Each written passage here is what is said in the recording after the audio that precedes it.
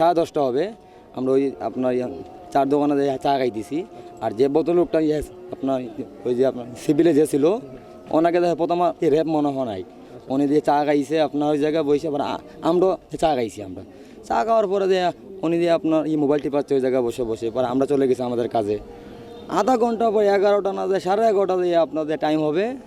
উনি আপনার ওই যে চিল্লাচিল্লি শুনে আমি এদিকে আগাইছি। আর ওই ভদ্রলোককে দেখছি আমি আইসা আপনার ওই যে ফিলার বরাবর আপনার ওই যে আপনার রিস্কা একটাতে আপনার ঝুলে রয়েছে।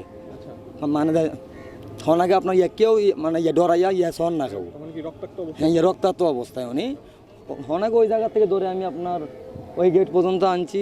পরে দেয়া পুলিশ সদস্য ছিল আপনার পোশাকধারী, তারাও আপনার সন না কেউ অলরেডি প্রথম অবস্থায় আপনার পাবলিক মনে করছে তারা।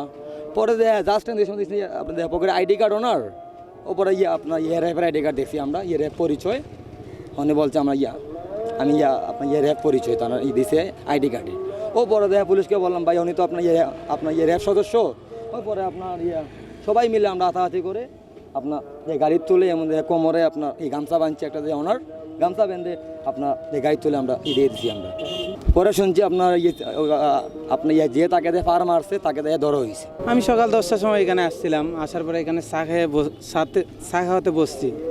বসার পরে উনিও এখানে চা খাচ্ছেন। খাওয়ার পরে আমি গেছি গাড়িটা দইতে, আমি ড্রাইভার গাড়ি চালাই, তো গাড়িটা দৌড়ছি। হঠাৎ করে চিৎকার শুনলাম যে কী হলো, দৌড়িয়ে আসছি।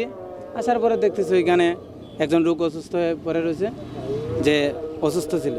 তা আমরা গিয়েছি, দৌড়িয়ে গিয়া দেখছি শাকিল ভাইয়ে যে আমার এখন বক্তব্য দিলেন যিনি, উনি ধরার পরে কেউ আর সাহায্য করতেছে না। তো উনি এত রক্ত পারে না, তখন বলছে মানুষ মনে করছে মাথাও ঘুরছে। তো তখন শুনি যে চিন্তাই করে একজন দৌড়ায় নিচ্ছে, উনি আটক করার গিয়ে নাইফের ঘা খেয়েছে। তো খাওয়ার পরে উনি ধরার পরে উনি বিজেপি কার্ড ছিল এখানে, কার্ডটা দেখছে উনি। দেখার পরে উনি বলছে উনি তো র্যাব বলে পুলিশকে বলতেছে। পুলিশ প্রথম দরাদরি করে নাই, তারা মনে করছে সাধারণ মানুষ, তারা এখানে ছিল কিন্তু ধরে নাই। তখন আমরা দুইজনেই গাড়িতে সিএনজিতে তুলে দিলাম। পরে আমরা তখনই বলছি যে উনি আর বাঁচবে না। যখন আমরা বুঝছি উনির কথাবার্তায় কি ধরাছোড়ায়, আমরা তখনই বুঝছি যে উনি বাঁচবে না। এই দেশে এরকম পরিস্থিতি হচ্ছে খুবই ভয়ানক। এরকম আমাদের সিলেটে হয় নাই, এই ফার্স্ট ঘটনা। আর খুব চিন্তাকারী যে ধরা খাইছে এটাই বেশি।